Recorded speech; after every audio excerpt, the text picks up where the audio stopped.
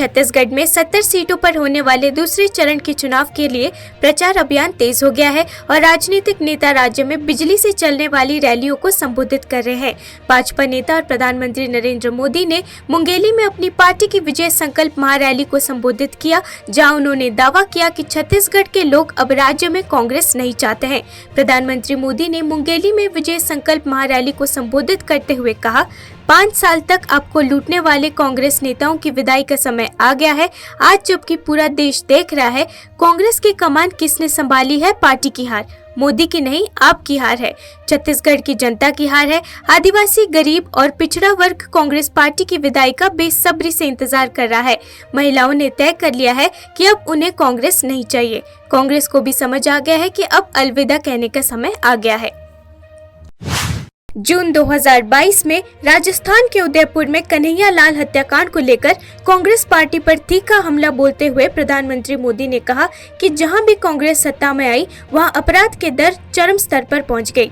प्रधानमंत्री मोदी ने कहा, युवाओं को ये समझने की जरूरत है कि जहां भी कांग्रेस पार्टी सत्ता में आई अपराध के दर वहां चरम सीमा तक बढ़ जाती है, दंगे आम हो जाते हैं। कांग्रेस सरकार में महिलाओं पर अत्याचार चरम पर पहुंच जाता है, लोगों के लिए त्योहार मनाना मुश्किल हो जाता है। राजस्थान को देखिए, वहाँ पिछले 5 साल में क्या नहीं हुआ।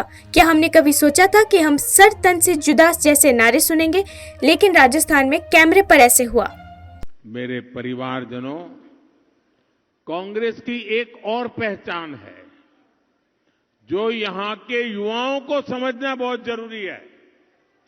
जहां जहां कांग्रेस आती है वहां अपराध चरम पर पहुंच जाते हैं।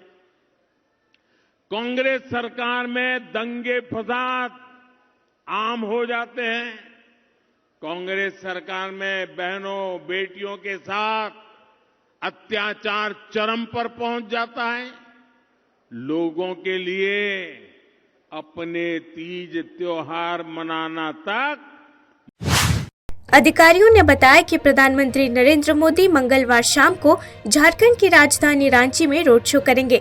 उन्होंने बताया कि रोड शो उनके यहां पहुंचने के तुरंत बाद रात करीब 8 बजे बिरसा मुंडा हवाई अड्डे से शुरू होने वाला है और 10 किलोमीटर की दूरी तय करके रात करीब 9:30 बजे राजभवन में समाप्त होगा। रांची पुलिस की ट्रैफिक एडवाइजरी के अनुसार 14 नवंबर को बिरसा मुंडा हवाई अड्डे से हिनू चौक, बिरसा चौक, सैटेलाइट चौक, अरगोड़ा चौक और न्यू मार्केट चौक होते हुए राजभवन तक रात 8 बजे से रात 10:30 तक वाहनों की आवाजाही प्रतिबंधित कर दी गई है। राजभवन में रात भर रुकने के बाद प्रधानमंत्री मोदी 15 नवंबर को आदिवासी नेता के जन्मदिन पर सुबह 9:30 पर बिरसा मुंडा की जन्मस्थली उलीहातू जाएंगे। इस दिन को झारखंड राज्यत्व दिवस और जनजातीय गौरव दिवस के रूप में भी मनाया जाता है। पश्चिम बंगाल के साउथ 24 परगनास में एक टीएमसी नेता की हत्या के बाद हुई झड़पों पर बोलते हुए बीजेपी नेता अग्निमित्रा पॉल ने हत्या का दोष बीजेपी पर डालने के लिए पश्चिम बंगाल के मुख्यमंत्री ममता बनर्जी की आलोचना की और इसे टीएमसी की ओछी राजनीति करार दिया। उन्होंने कहा, पिछले 12 वर्षों में जो भी हत्याएं उत्पात चल रहे हैं वो टीएमसी और टीएमसी के बीच है और ये सब पैसे सिंडिकेट के बारे में है। इसमें बीजेपी को खींचने का कोई मतलब नहीं है। अब समय आ गया है कि ममता बनर्जी को जरूरत है कि इस प्रकार की निम्न स्तर की राजनीति को रोकने के लिए, क्योंकि बंगाल के लोगों ने उन्हें उनकी सस्ती राजनीति और उनकी चालाकी को पहचान लिया है। TMC worker killed in Joynagar. TMC said this is done by BJP and left. We are not surprised, by this kind of low-lying politics which is always being done by our Chief Minister Mamata Banerjee, because she knows that she hasn't done anything, any development work for the people of Bengal, which she can be proud of. So, to hide her incapability, she needs to do this kind of politics. The entire killings, murder, mayhem which is going on for the last 12 years is between TMC and TMC. And it's all about money. It's all about syndicate. It's all about your portion, my portion, your syndicate, my... PoK में स्थानीय लोग का गुस्सा इस्लामाबाद में बैठे हुए लोगों के खिलाफ बढ़ रहा है। आवश्यक वस्तुओं की ऊंची कीमतों से जूझ रहे लोगों के पास सड़कों पर अपना आक्रोश व्यक्त करने के अलावा कोई अन्य विकल्प नहीं बचा है। पिछले महीने मुद्रास्फीति और उच्च बिजली बिलों के विरोध में पीओके में शटर डाउन और पहिया जाम हड़ताल की गई थी। अत्यधिक बढ़े हुए बिलों ने उन लोगों पर अनुचित वित्तीय दबाव डाला है जो उस क्षेत्र में रहते हैं जो अधिकतम बिजली का उत्पादन करता है। इस्लामाबाद सरकार के सौतेले व्यवहार के बीच पीओके के निवासियों को घंटों लोड शेडिंग का सामना करना पड़ रहा है। पीओके में लोग अपने द्वारा पैदा की जाने वाली बिजली पर सही मालिकाना हक की मांग कर रहे हैं। यही है कि ये इस खत्ते से बेपनाह किस्म की जो है वो पोटेंशियल बिजली हासिल की जा रही है, लेकिन यहाँ के लोगों को लोड शेडिंग जो है ना जी वो ज़्यादा हो रही है और ज़्यादा चार्जेस भी उनसे लिए जा रहे हैं। बुनियादी तौर पे कम से कम हम 4000 मेगावाट बिजली यहाँ से पैदा करते हैं और 400 मेगावाट पूरी रियासत के लोगों की ज़रूरत है 24 घंटे तक होने दी जाए।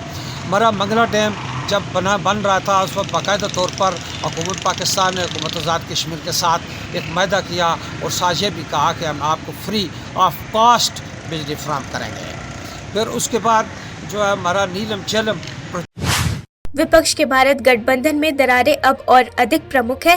समाजवादी पार्टी के प्रमुख अखिलेश यादव ने सवाल उठाए कि पिछली कांग्रेस के नेतृत्व वाली सरकारों ने सत्ता में रहते हुए जाति जनगणना क्यों नहीं की। श्री यादव की टिप्पणी उन दो पार्टियों के बीच मतभेदों को उजागर करती है जो अगले साल के राष्ट्रीय चुनावों में भाजपा के खिलाफ एकजुट लड़ाई लड़ने की मांग करने वाले मेगा विपक्षी मोर्चे का हिस्सा है।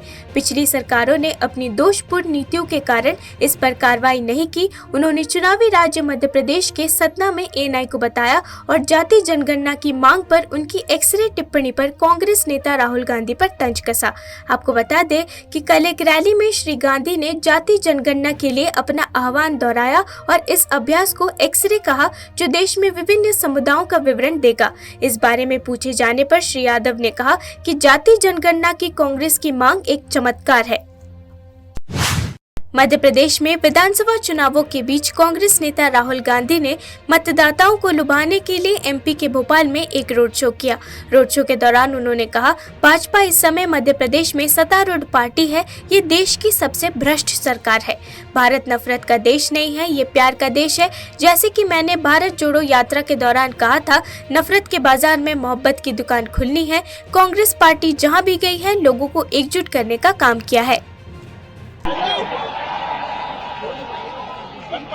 और हिंदुस्तान नफरत का देश नहीं है, मोहब्बत का देश है।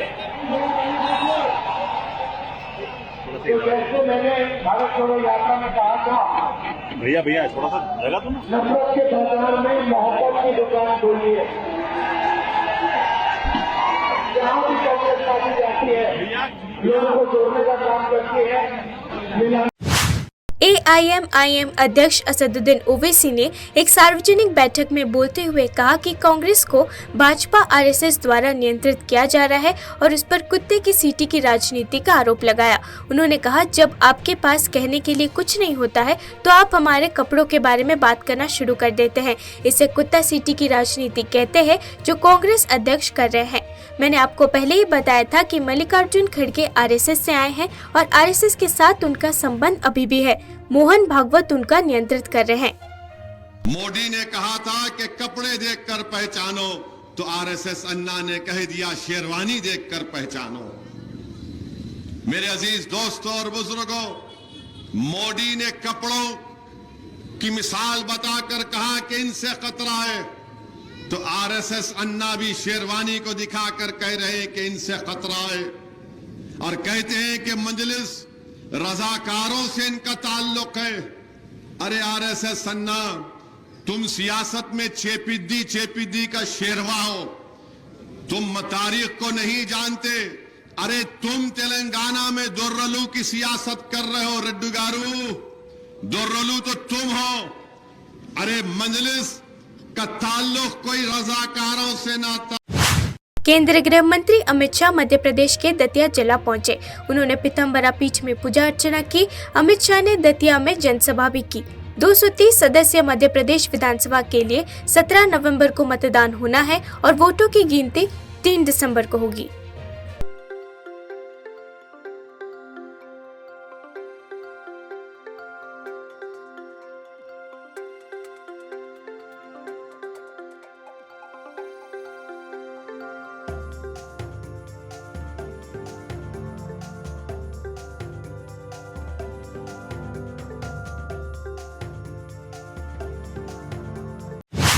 भारतीय कप्तान रोहित शर्मा के बचपन के कोच दिनेश लाड ने कहा कि ऐसी संभावना है कि ICC world cup 2023 Rohit Sharma के लिए आखिरी विश्व कप हो सकता है, क्योंकि भारतीय क्रिकेटर आमतौर पर 40 साल की उम्र तक नहीं खेलते हैं। उन्होंने कहा ऐसी संभावना है कि रोहित शर्मा के लिए ये आखिरी विश्व कप हो सकता है। वो 36 साल के हैं और अगले 4 वर्षों में वो 40 साल के हो जाएंगे। आमतौर पर भारतीय क्रिकेट उस उम्र में नहीं खेलते हैं और वो इस बार देश के लिए विश्व कप जीतना चाहते हैं। उन्होंने विराट कोहली के उल्लेखनीय प्रदर्शन का भी उल्लेख किया और उनका 50वां वनडे शतक हासिल करने की संभावना की ओर इशारा किया। जिस तरह से इंडियन का अभी परफॉर्मेंस हो रहा है, आपने देखा होगा लास्ट 9 मैच में हम लोगों ने बहुत ही अच्छा परफॉर्मेंस दिया है और उसी तरह से अगर होगा तो डेफिनेटली हमारे चांसेस बहुत हाई। चांसेस तो वैसे लग रहा है कि जिस तरह से अभी उसका एज भी 36 है और आने वाले 4 साल के बाद नेक्स्ट वर्ल्ड कप होगा, तो at the age of 40 generally ऐसे कोई खेलते नहीं, इंडियन क्रिकेटर तो ज़्यादा खेलते ही नहीं है। बट मोस्टली ऐसे मुझे लग रहा है लास्ट वर्ल्ड कप भी हो सकता है उसको भी वर्ल्ड कप जीतना है देश के लिए, क्योंकि 2011 के वर्ल्ड कप में वो नहीं था। जिस तरह से इंडियन का अभी परफॉर्मेंस हो रहा है, आपने देखा होगा लास्ट 9 मैच में हम लोगों ने बहुत ही अच्छा परफॉर्मेंस दिया है और उसी तरह से अगर होगा तो डेफिनेटली हमारे चांसेस बहुत हाई है, बिकॉज कि हमारे बल्लेबाज बहुत बेहतरीन बल्लेबाजी कर रहे हैं। रोहित और शुभम अच्छी स्टार्ट दे रहे हैं, उसके बाद कोहली है, केएल राहुल है, श्रेयस अच्छी बल्लेबाजी कर रहा है, सूर्या है, देन रविंद्र जडेजा भी अच्छा खेल रहा है। तो हमारा पलड़ा तो भारी मुझे लग रहा है, हमारे चांसेस बहुत हाई ऐसे मुझे लग रहे हैं, मैं ऐसे बोलूँगा। कहीं ना कहीं रोहित का ये होम ग्राउंड है वानखेड़े स्टेडियम, तो लगता है आप इस ग्राउंड में वो सेंचुरी मार पाएंगे या फिर क्या कहना चाहिए? नहीं, जिस तरह से बल्लेबाजी कर रहा है तो हर मैच में ऐसे लग रहा है कि सेंचुरी मारेगा, बट तो टीम के लिए खेल रहा है, क्योंकि उसे पता है अगर मैं अच्छा स्टार्ट दूँ तो आने वाले पीछे के बल्लेबाजों के लिए बहुत इजीली हो जाएगा। कि जिस तरह से हम लोग ने लास्ट